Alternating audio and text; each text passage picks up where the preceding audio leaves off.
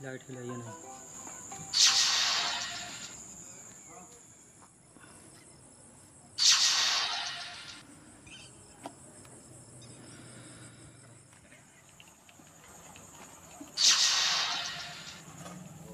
इस वक्त हम मौजूद हैं महाराजगंज जनपद के नौतनवा नगर पालिका के वार्ड नंबर 21 राजेंद्र नगर में।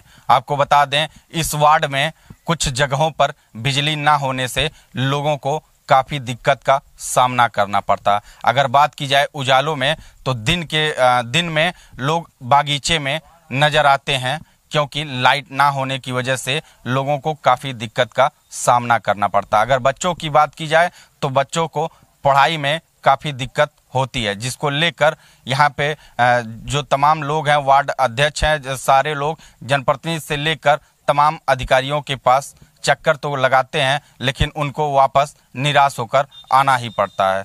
आइए देखते हैं इस रिपोर्ट में क्या कुछ कहते हैं महाराजगंज जनपद के जनप्रतिनिधि और बिजली विभाग के आला अधिकारी और इस वार्ड की जनता। क्या नाम है आपका और इस वार्ड में किस पद पर हैं और क्या समस्या है? मेरा नाम अनुज राय है और मैं सभासद प्रतिनिधि हूँ। मेरी माताजी सभासद हैं और मैं यहाँ वार्ड में सबसे बड़ी समस्या ये कि जो रेलवे स्टेशन उस पार अंडरपास है, वहाँ लगभग 40 से 50 घर हैं जहाँ पे 4 से 5 साल तक बिजली नहीं आई। सबसे बड़ी समस्या ये, जब हमसे पब्लिक, जब हम 1 साल मेरी हो चुका जीत की, मैंने जब सबसे पब्लिक जब मुझे गई तो मैं एक्सीएन साहब को ज्ञापन दिया, तो उन्होंने आश्वासन दिया कि आप कहीं से व्यवस्था करके बिजली करवाने का कष्ट करें। तो इस संबंध में आप मतलब कितने बार उनके पास गए? मतलब 2 से 3 बार तो हम गए ही हैं। 1 साल में तो 2 से 3 बार तो हो ही गया। इस बार हमने मुख्यमंत्री जी को भी दिया है, आप लोग दे सकते हैं, और प्लस वहाँ के लोग साथ मेरे गए थे। बेटा क्या नाम है आपका? मेरा नाम रागनी शर्मा, मैं नौतनवा में रहती हूँ, वार्ड नंबर 21 राजेंद्र नगर। कितने पढ़ती हो? मैं 9th में पढ़ती हूँ। तैयारी कैसे करती हो आगे, जब यहाँ पे लाइट की क्या समस्या है? लाइट की बहुत समस्या है, मतलब पढ़ने में बहुत दिक्कत होती है। एग्ज़ाम आता है तो अच्छे से पढ़ नहीं पाते हैं। तो क्या चाहती हो? मैं चाहती हूँ कि मतलब यहाँ लाइट आ जाए। सर, नौतनवा नगर के वार्ड नंबर 23 राजेंद्र नगर में विद्युत विभाग से संबंधित कुछ समस्याएं हैं।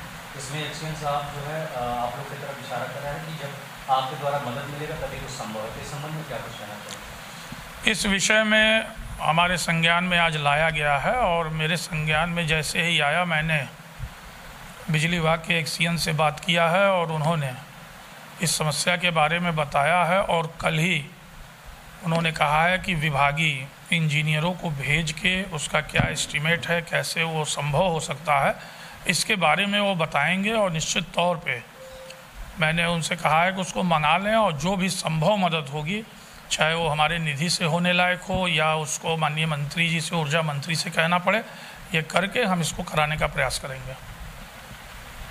सर, आपके पास कल कुछ लोग आवेदन देने आए थे, क्या है पूरा मामला? वो रेलवे लाइन के दूसरी तरफ का एरिया है, जो पहले जब तक अभी विद्युतीकरण हो रहा था उस समय तक वो आबादी नहीं बसी रही होगी, जो सौभाग्य में विद्युतीकरण हुआ है।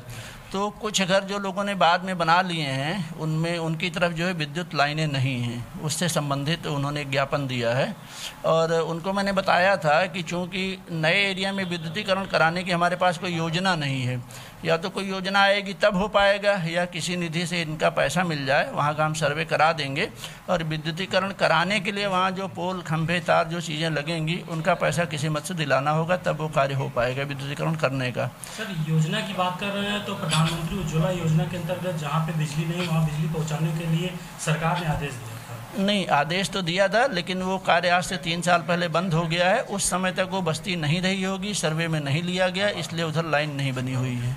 जबकि वहाँ की ग्रामीणों का, शहरी क्षेत्रों के लोगों का कहना ये है कि तकरीबन 6 साल से वो लोग वहाँ रहते हैं। 6 साल से देखिए, जो सौभाग्य योजना का कार्य हो रहा था उसमें सौभाग्य योजना वाले ही सर्वे किए थे, ठीक है, उसमें हमारी ओर से कोई सर्वे नहीं किया गया था।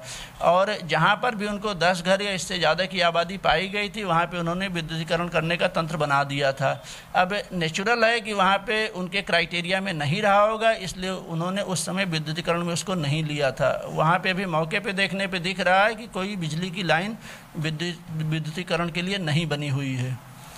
तो वर्तमान में इस समय हमारे पास नए क्षेत्र में जो अविद्युतीकृत क्षेत्र है उसमें विद्युतीकरण कराने की योजना नहीं है। जो लोग ज्ञापन देने आए थे इनको मैंने बताया था कि इस योजना के लिए जो भी धन लगेगा, जो भी सर्वे करने के बाद एस्टीमेट बनेगा, उसका पैसा आपको जमा कराना होगा। किसी निधि से अगर आप ये पैसा जमा करा देंगे तो उस क्षेत्र में हम विद्युतीकरण करा पाने में समर्थ होंगे। पहल 24 के लिए कृष्णा गुप्ता, नौतनवा, महाराजगंज।